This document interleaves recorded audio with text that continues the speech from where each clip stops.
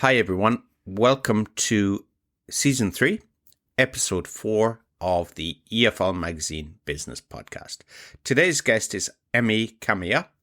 Emi is the founder of Kamiya English Coaching Japan, which provides online coaching services for Japanese learners of English. She's the first language coach from Asia to be accredited and certified by the International Coach Foundation. She is also a Neurolanguage coach, and she is currently based in Japan. I hope you enjoy the episode. Hey everyone, buckle up for a new episode of the EFL Magazine Business Podcast, the one and only podcast made to help you launch your business or take your existing business to a level of success you could never have imagined. Whether you're a school owner, freelancer, publisher, or other entrepreneur, you're sure to pick up lots of actionable advice when you listen to the EFL Magazine Business Podcast. Remember to visit eflmagazine.com for great articles and features.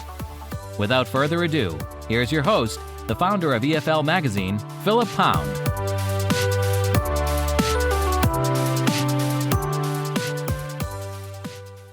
Hello, everybody. Welcome back to the EFL Magazine Business Podcast. And I'm really delighted today to have Kamiya, based here in Japan.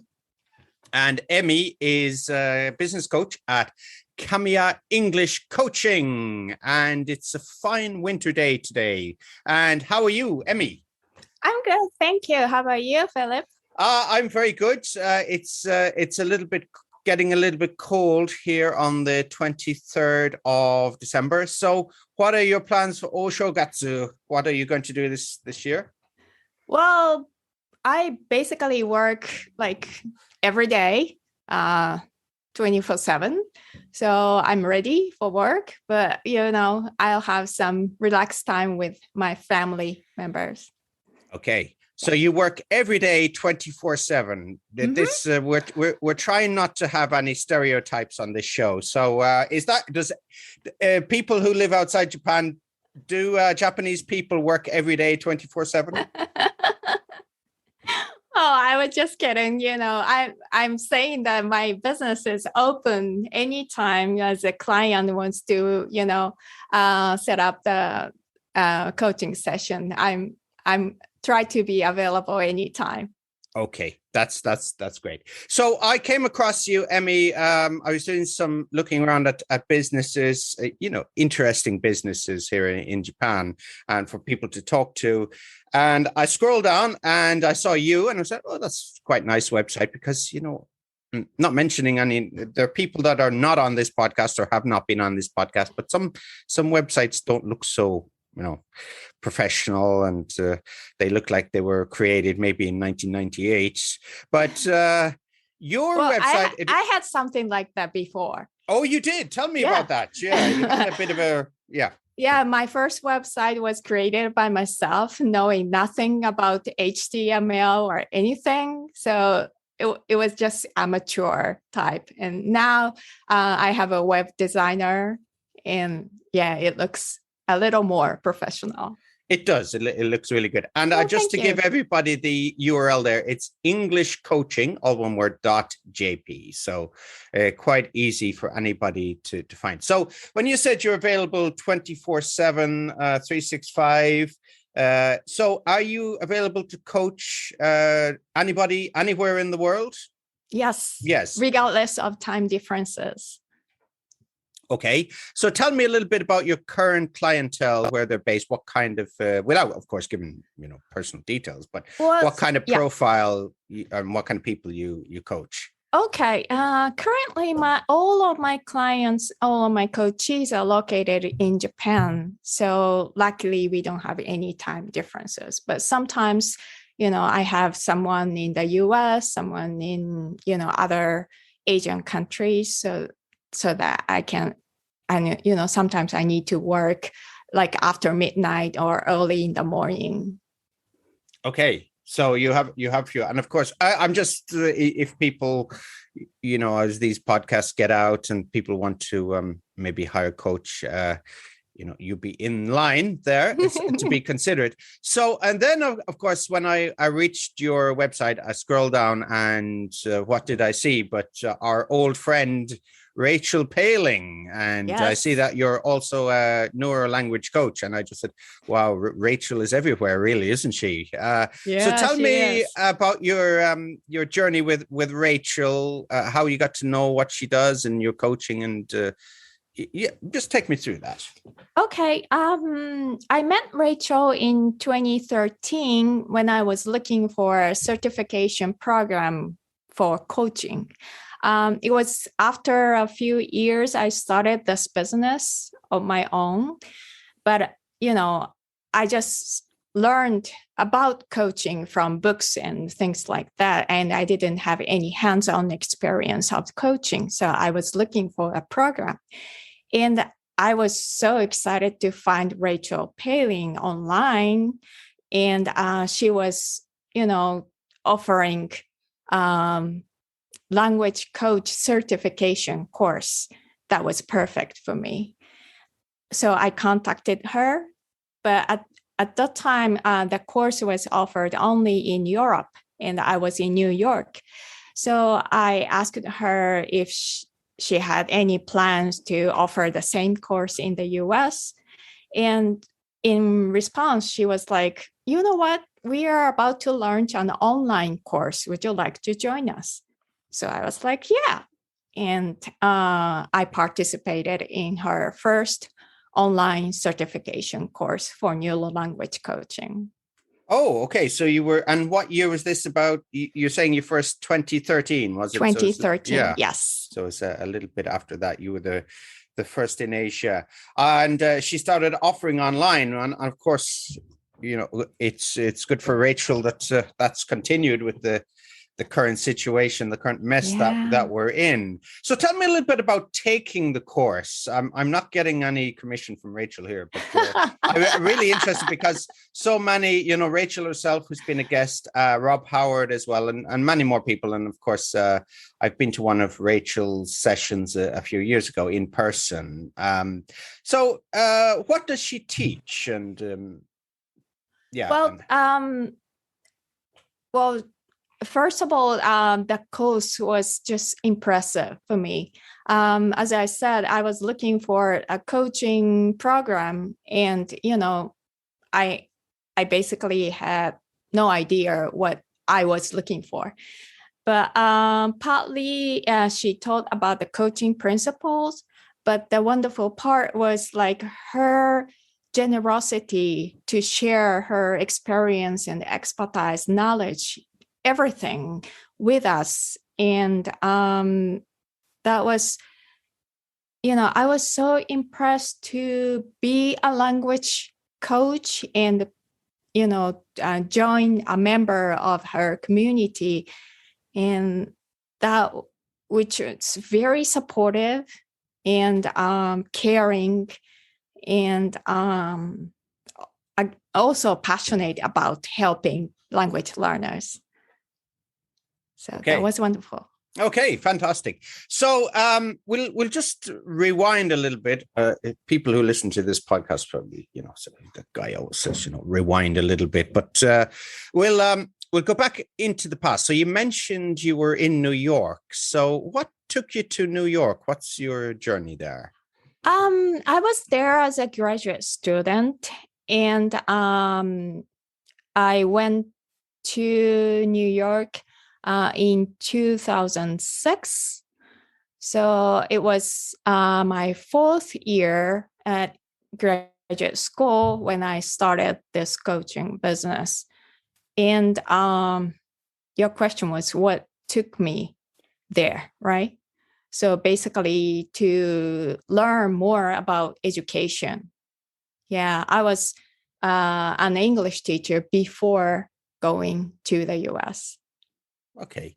And you were an English teacher. Was it in public education or eikaiwa or coaching? What was? Well, yeah, it was eikaiwa school. I started my teaching career with children. So kids like age of 3, the oldest one was 15, that kind of private company owned school. Okay. And you went to New York and you did when I was talking to Marlo Johnson a few weeks ago, we were talking about US terms for universities, for courses in universities and what they call graduate school or postgraduate. And, he did a little bit of translation for me, which I'm indebted to him for. But so yeah, because it's just, the word's a little bit different because in UK, Ireland, we have like first year, second year, third year, fourth year, but US, they have like a freshman, sophomore, junior, senior, senior, that kind of thing. Yeah, so for undergrads, yes. Yeah, they overcomplicate things. But yeah, so you went, and what was your postgrad? What was where did you go? And I actually went through 3 different programs. And the first one was TESOL, teaching English to speakers of other languages. And the second one is communication. And finally, PhD in curriculum and instruction. Okay. And tell me, for somebody, obviously, that would be listening to this podcast, maybe looking to change their career in, teaching English, or maybe start business, or, scale to the next level.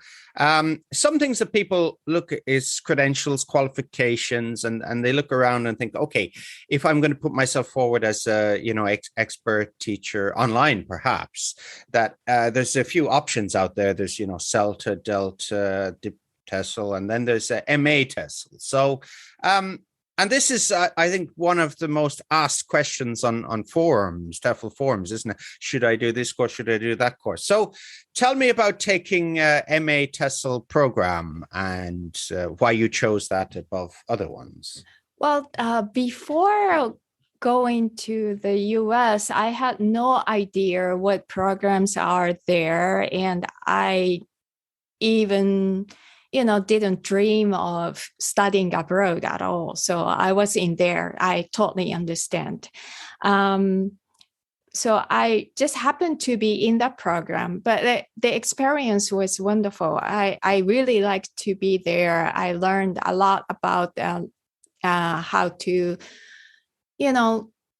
not only teaching, but also language use and communication and education in general, some part of US policy of education and things like that. So I got a general idea of what I am doing for what purpose. So compared to before and after, I had a clearer vision of teaching English. So that was good.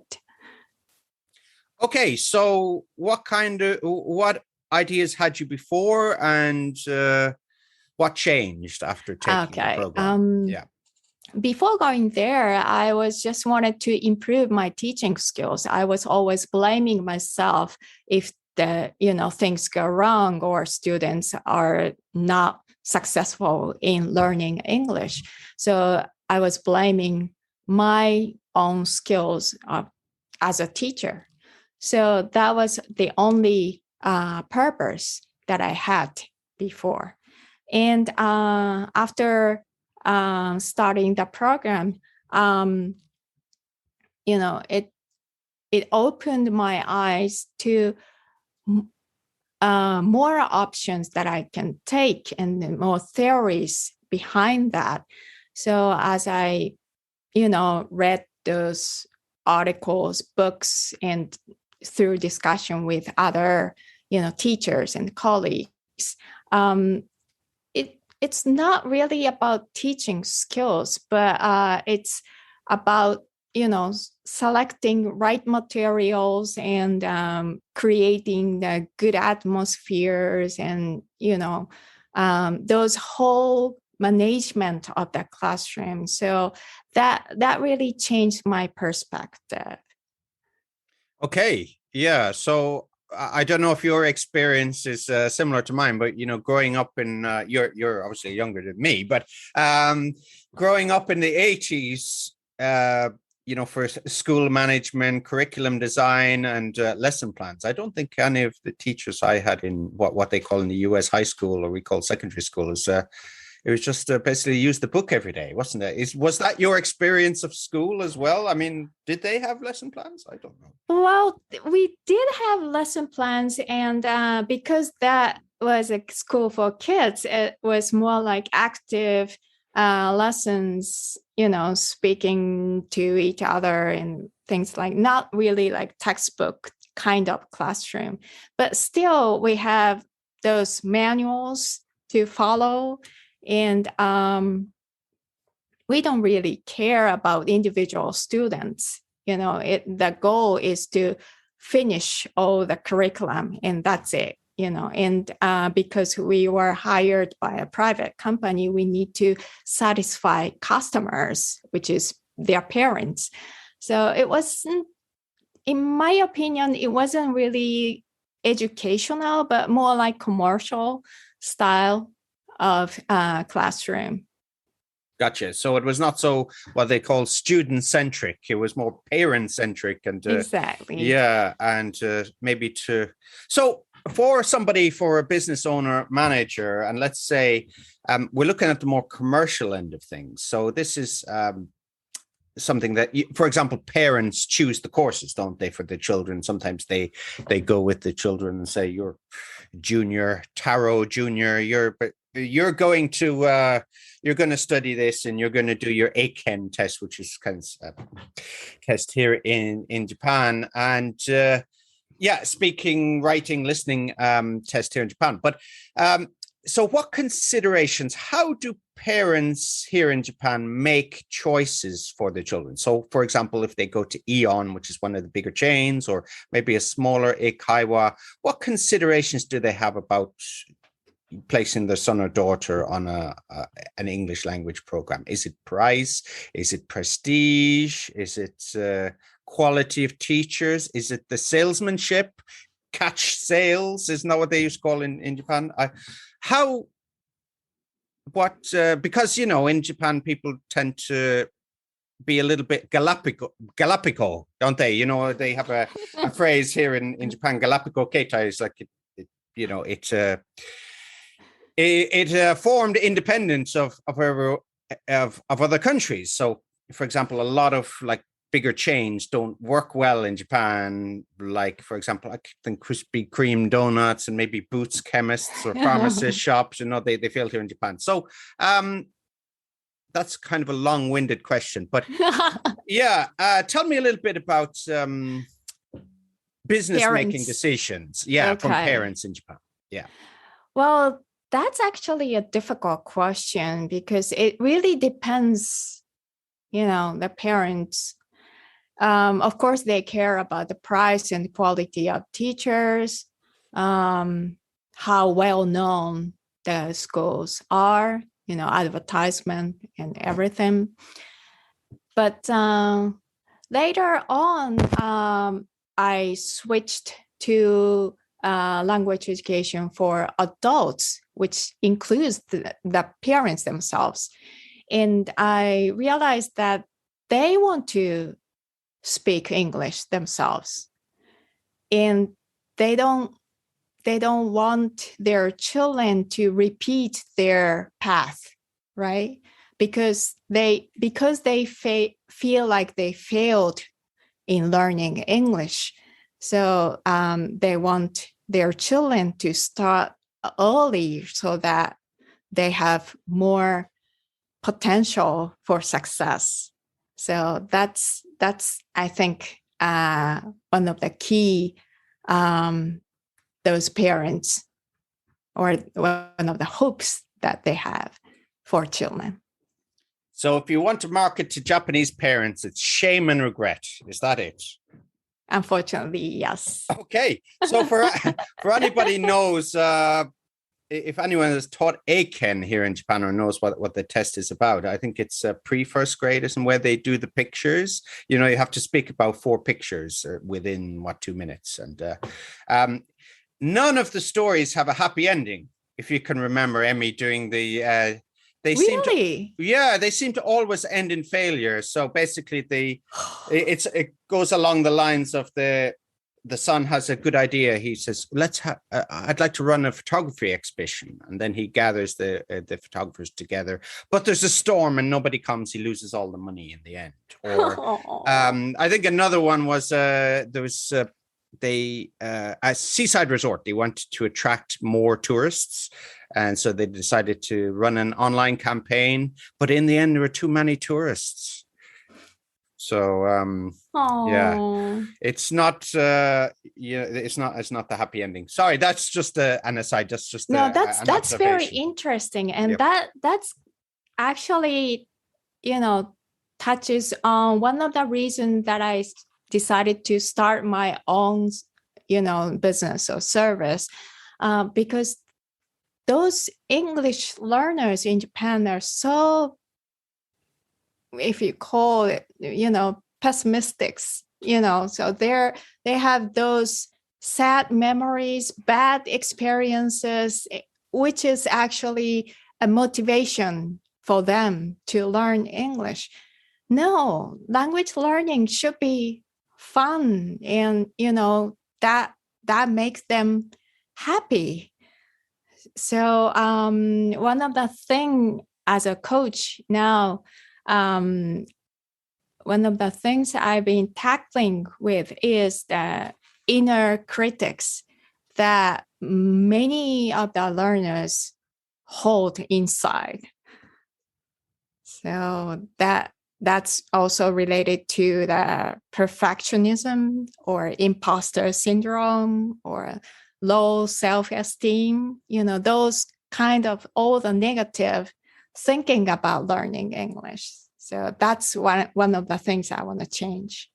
Okay, that's it's really interesting. I inadvertently touched on that one there. I don't know. I brought that up, but so do you think that's unique to Japan, or to some degree, of course, it's common experience for students all over the world. But from your experience of living in the US and living in Japan, what are the unique challenges of being a Japanese student? Is it there's more shame? Is there more fear about speaking out, about actually communicating, about being different? Yeah, all of them. Yeah, all of the above is my answer. And if you compare students in the US, by the way, I taught Japanese language as a foreign language in the US as well.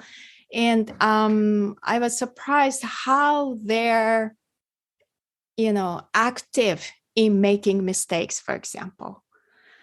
And they don't fear, and they are not afraid of speaking out, even in only in basic Japanese language. And it's really a mental strength. And without failure, you can't improve your language. So that's something that's very different from Japan and the US. That's interesting. So what you're saying is that the study abroad students, their personality changes. I mean, if you've ever been a teacher in Japan and, you see the students prior to going abroad, and then when they come back, they, most of the time, it's they change, don't they? Yeah. They are more confident, for example. Yeah. And they don't care, what other people think about you.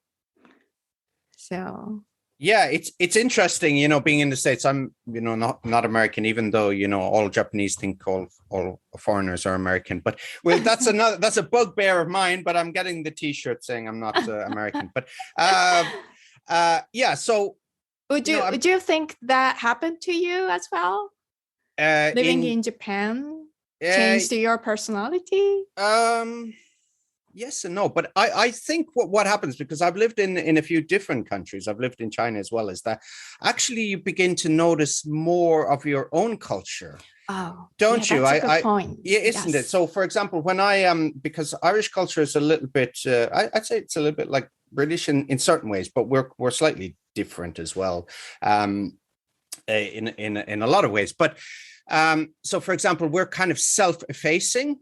So we would like try to put ourselves down a little bit traditionally. Now, of course, the American influence was you got to have personal power, and Anthony Robbins, and you've got to say like I am a confident person and I have a right to like speak my truth.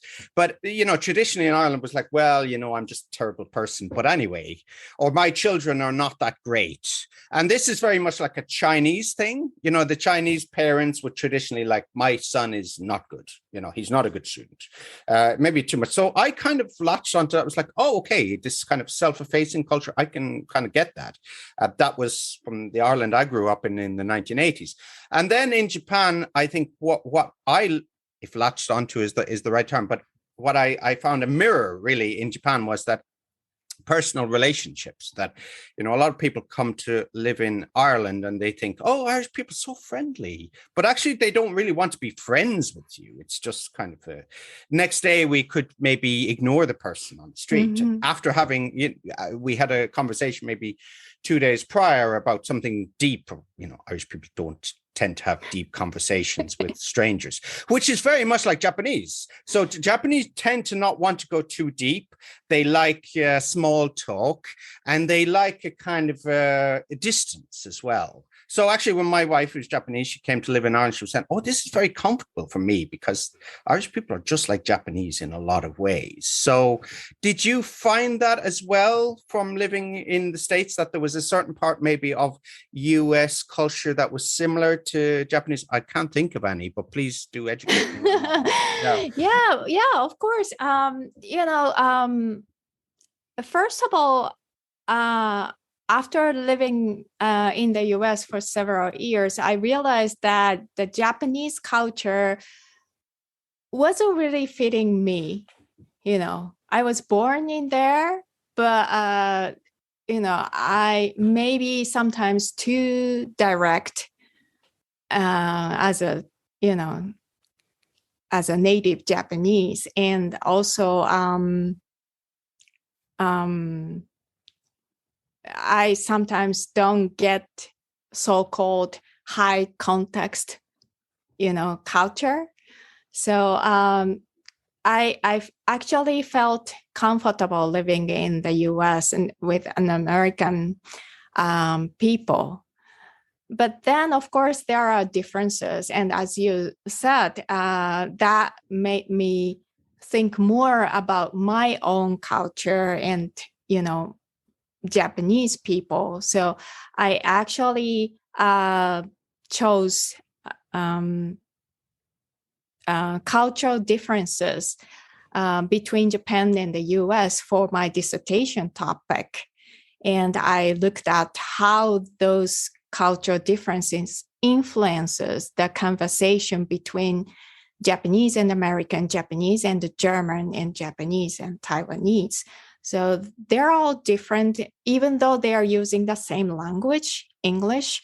That we bring some, cultural background, and that can be a difficulty for language learners. So yeah, it really was an interesting experience for me to live outside of my home country. That's fascinating. I want to touch on a few things there. So, when people do what they call cultural awareness, maybe classes, and the traditional one is that you go to the meeting, isn't it? And the Japanese they're considering the contract or the proposal in front, and they go silent, don't they? And I don't know, the Americans tend to want to babble on, or certain other countries, they want to keep, okay, there's silence now. This must mean disapproval, or it's just uncomfortable. Is that like that's a typical example, isn't it? Yes. Yeah, I actually talked about the book Culture Map. Have you read it with my coworker? And I think I know the one. Yeah, I haven't got around to it. It's the yellow cover, is it, with the kind of arrows? I think so. Yeah, yeah, I know the yeah, one. I actually was on my wish list. I started listening, and then I was like, you know how it goes. But yeah. So yeah. tell me a little bit about Culture Map. That was an interesting book. It describes basically in the business situation and how the cultural differences emerges in those situations. And there are, I think, 8 different topics, like direct and indirect, or like I can't come up with it, but you put those countries like Japan, US, Germany, and Switzerland into 2 extremes. So you kind of mapping yourself, and as a result, you may not end up close to your home country. You may be close to other cultures, but it's really interesting to see where you are culturally located. Now I want to do this online questionnaire to figure out. I don't know. I think my wife is maybe 10% Irish. I'm 10% Japanese, maybe. I was just talking about it today because we're talking about. I was watching a YouTube video about night bus from Tokyo to Osaka, and it's very Japanese. The bus leaves and it arrives at the service station at 2:17 and leaves at 2:34, something like that. It's like we're within really on time. Really on time. Whereas, if you go to Ireland, for example, the Irish Rail has a poster. Now, this is a real dread of mine. And it has 98% of our trains are punctual. Okay. So, when you see that, you're like, no. This is definitely a lie. So you look, there's a little asterisk beside the punctual, and you look at the small type and it says punctual means within 10 minutes. So what they're actually saying, it's very Orwellian. What they're saying is late is actually on time. So that drives me crazy. So that's why, I prefer living in Japan and the certainty and the, convenience of everything. Did you find that uncomfortable? Is that an aspect of being Japanese that you would embrace is punctuality? And because I knew you joined the call like 8 minutes before the I was, yes. So yeah, I try to get things done on time, but I also accept those flexibility. So yeah, it's okay. One thing, if you is living in Japan and you can see how Japanese do things. So, for example, living in China was very much you go to bed and then you wake up in the morning and suddenly there's a building project and it has to be completed within a week.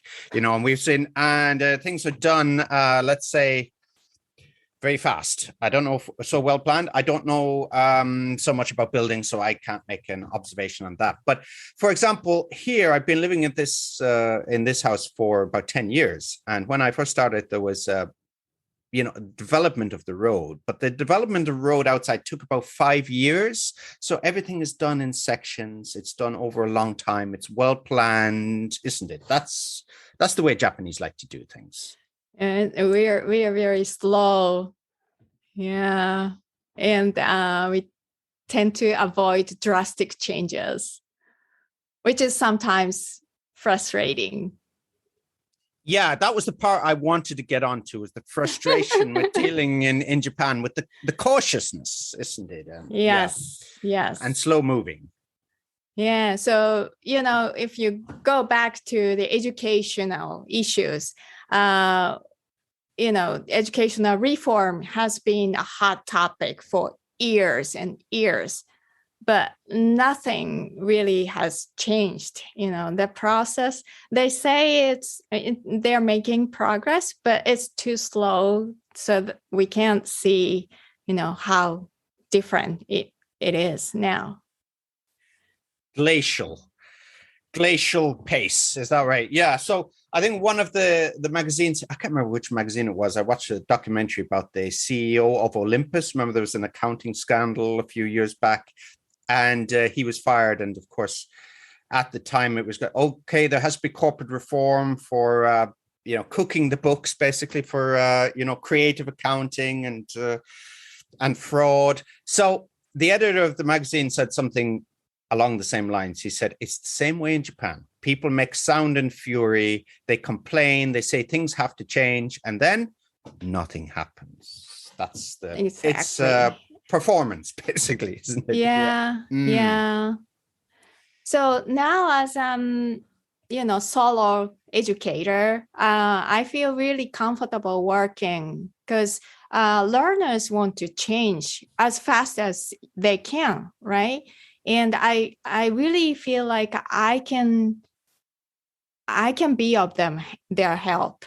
If that's a school, I may need to get permission or many stamped documents, paperwork, and whatever, and I have to wait to actually implement or practice my idea while my learners are waiting in front of me. That's really frustrating.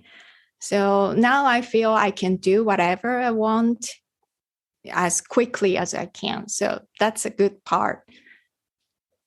Absolutely. And we'll talk a little bit about that in a second. But even the practicalities of running a school here in Japan. So, for example, if someone wants to run a Japanese language school and they need to, process visas for students, you need to physically actually buy the building where the school is. You can't just rent the building. You have to get approval, and the approval process could take 2 years, could take longer, couldn't it? And it costs a lot of money before you've even. And you maybe have to put people on payroll. So there's a massive upfront investment before you can even make money back. Isn't that right? Yeah. People are incredibly patient.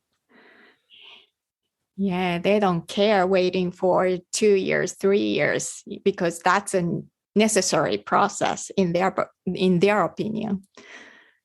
Yeah. But, that's just a personal frustration as well. But let's move on to, you talked about PhD in curriculum design.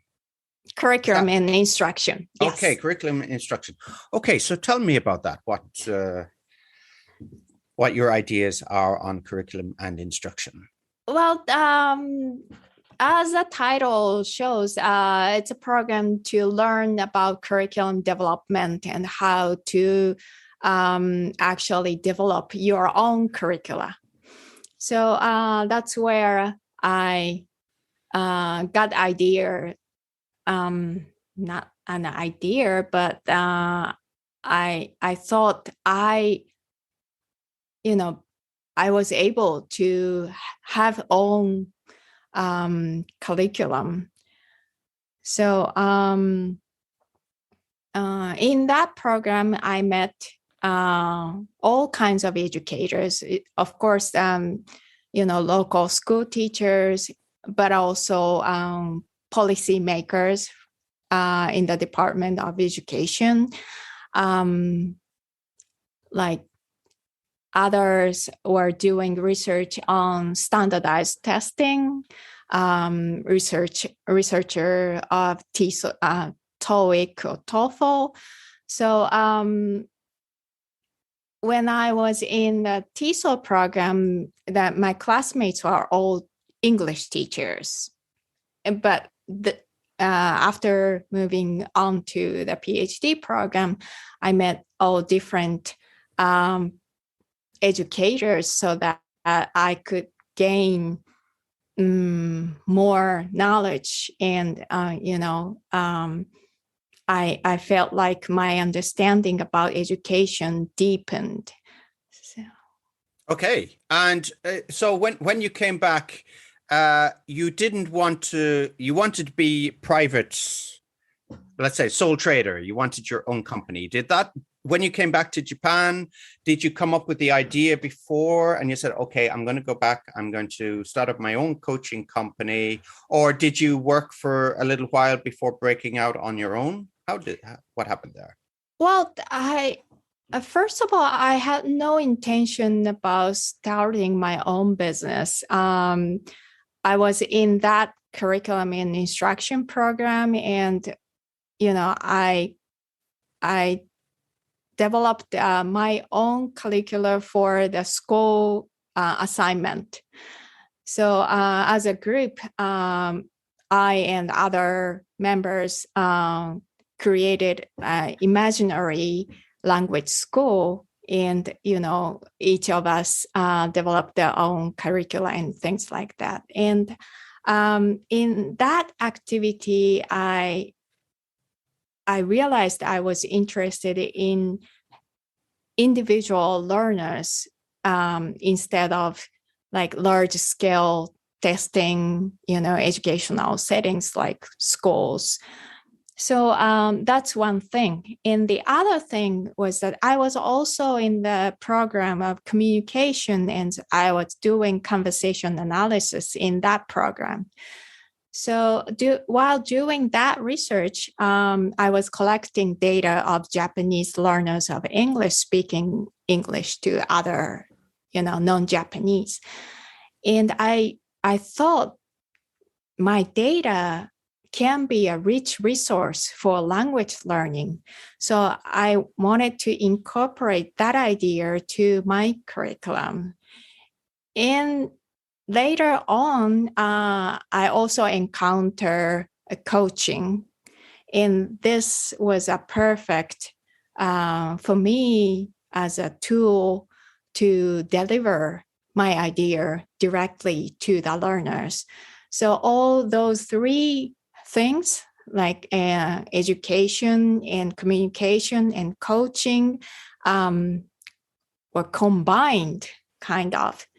And the only missing part is where I could practice this idea, and somehow I reached to this idea of starting my own business. Okay. So starting your own business, as I mentioned before the podcast, I talked to Ai Haori a few months ago about this, about, being a woman entrepreneur in Japan and the particular challenges she had. And please do listen back, listeners, to that podcast. Very inspiring. So you started, how friends and family, what did they think? Did they think you should just work for a traditional company and not risk, going out on your own, or were they supportive and helped you along the way? Surprisingly, they were all very supportive. I was the only one who was reluctant to do that. And then everyone else was, yeah, go ahead, you can do it. So that situation may be unusual for typical Japanese, women entrepreneurs. Yeah, it's the other way around. Ai Horror story was, I think so many people discouraged her. And even her father called her. It's the first time he ever used his mobile phone, I think she said, and said, don't start your own company. And she went ahead and did it anyway. So, yeah, so you were the reluctant one, but obviously people who cared about you and supported you, they knew you could do it. You had the potential. So you yourself, you mentioned with your coaching clients that you work on imposter syndrome, on, breaking through that. So that's obviously something you've personally experienced. Yes. I was in the US, and I was a graduate student. So I was busy enough for that part of my life. And in addition to that, I started this business online. And first, I had no idea what kind of clients or coaches I had. But gradually I realized that they have, something in common, like those inner critics thing and imposter syndromes. And also their basic skills of language wasn't that bad as they describe themselves. They're too harsh on themselves usually. So when I encouraged them to speak more or express themselves more, they started to understand how much skills or knowledge they already have. So that's where the encouragement part is something I found valuable, and that's something I wanted to push so they realize their potential themselves. Yeah, it actually brings out some culture clash, let's say. So sometimes people don't understand Irish humor, especially Americans, because they're too serious.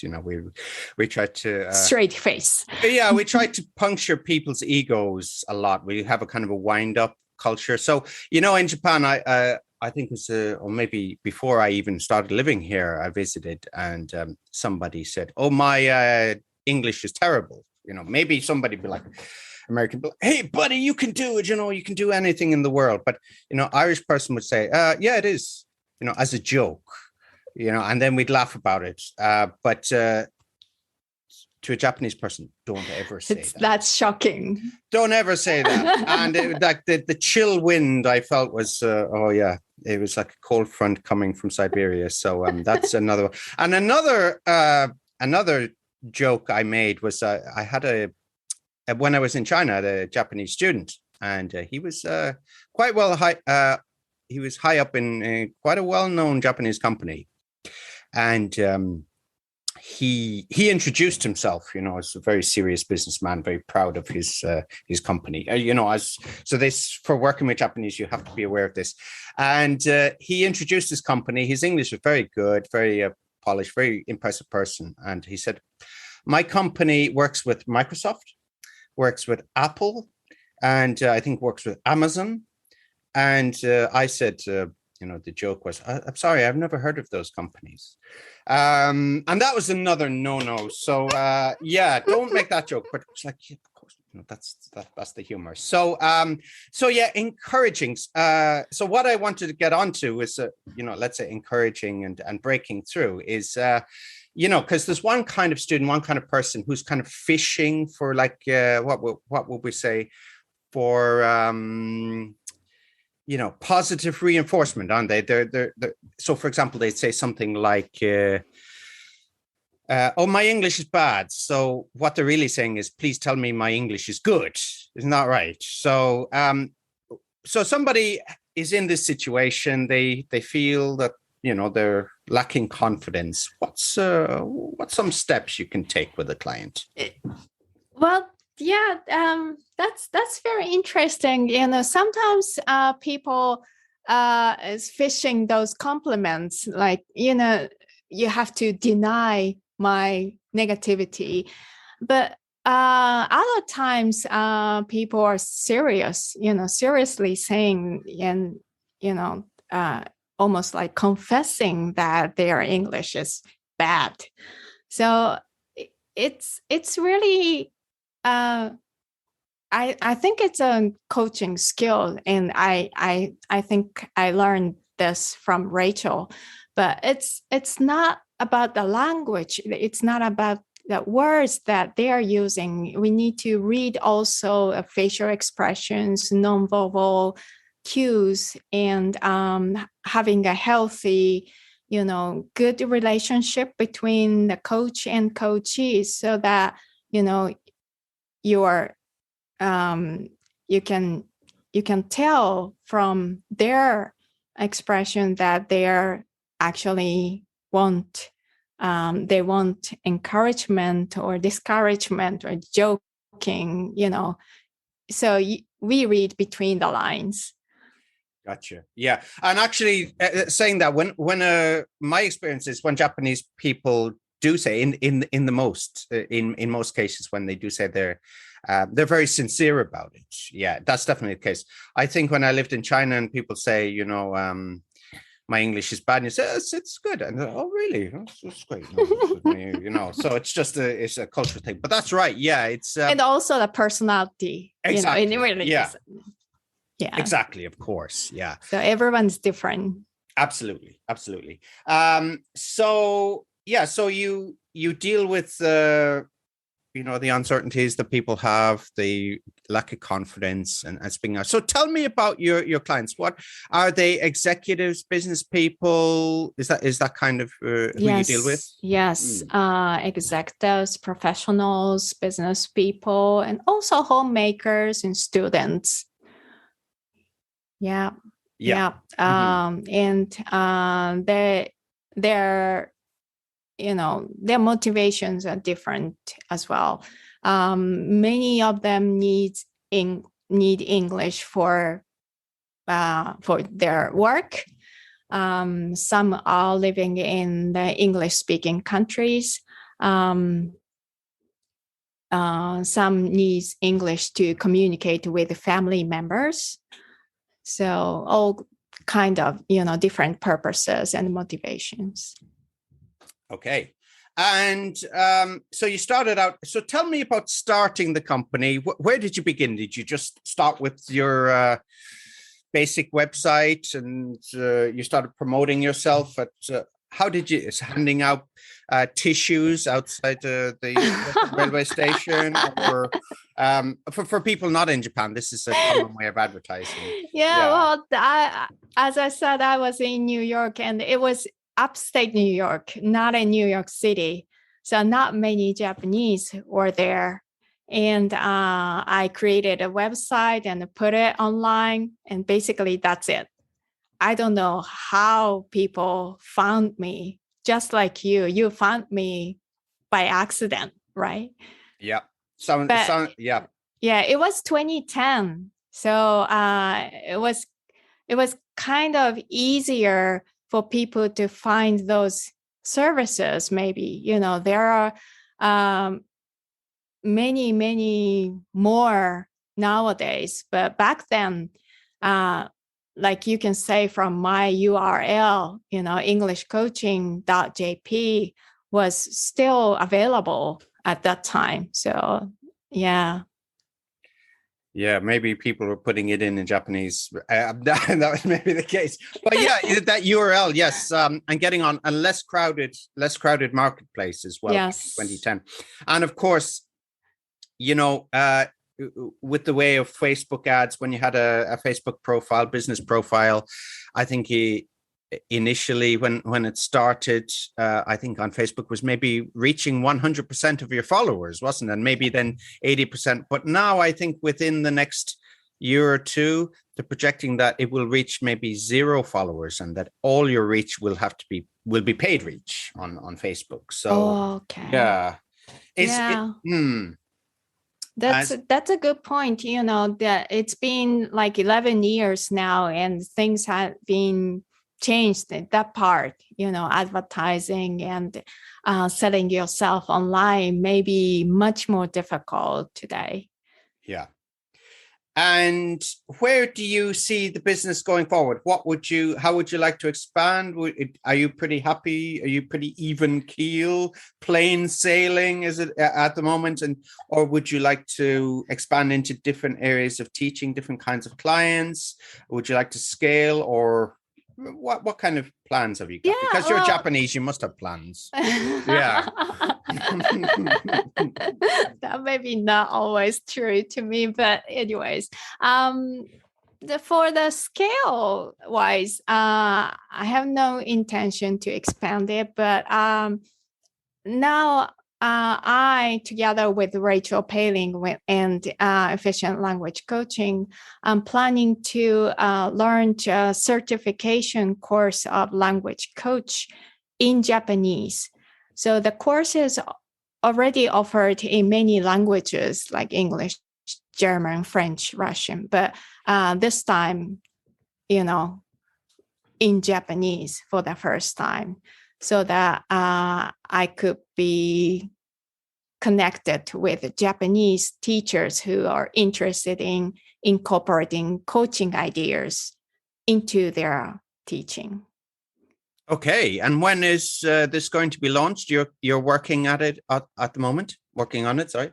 I'm still working on like material translation and things like that. But so I would say sometimes in spring next year. Oh, okay. Hanami season, you'll be ready. Yeah. Hopefully. It will be fully in bloom, the course, you could say. So nice.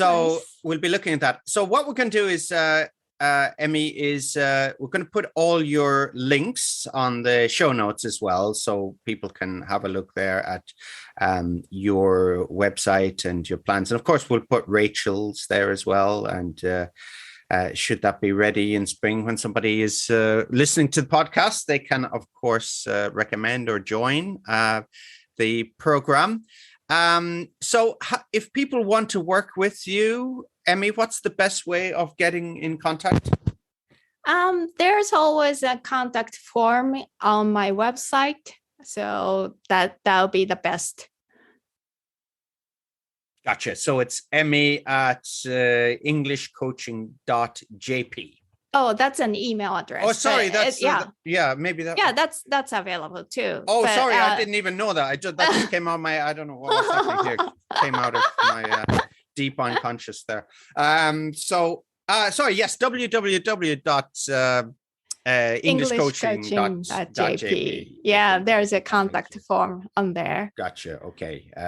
Maybe we'll delete the email thing. Okay.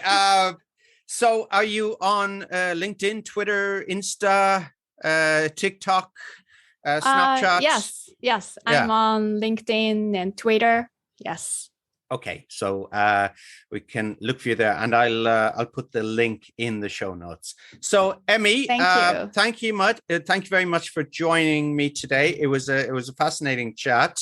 I think we could have maybe gone more into your cultural background and but we only have so much time, unfortunately. Thank you, Philip, so much for having me here. I've been a listener of this podcast program, so I really feel honored to be here today. Thank you. Thank you. The honor is all mine. Okay, and Emmy Kamiya, thanks again. Thanks for listening to the EFL Magazine Business Podcast with Philip Pound. For more great advice and resources, check out eflmagazine.com. If you found this podcast helpful, be sure to subscribe so you never miss an episode. See you next time.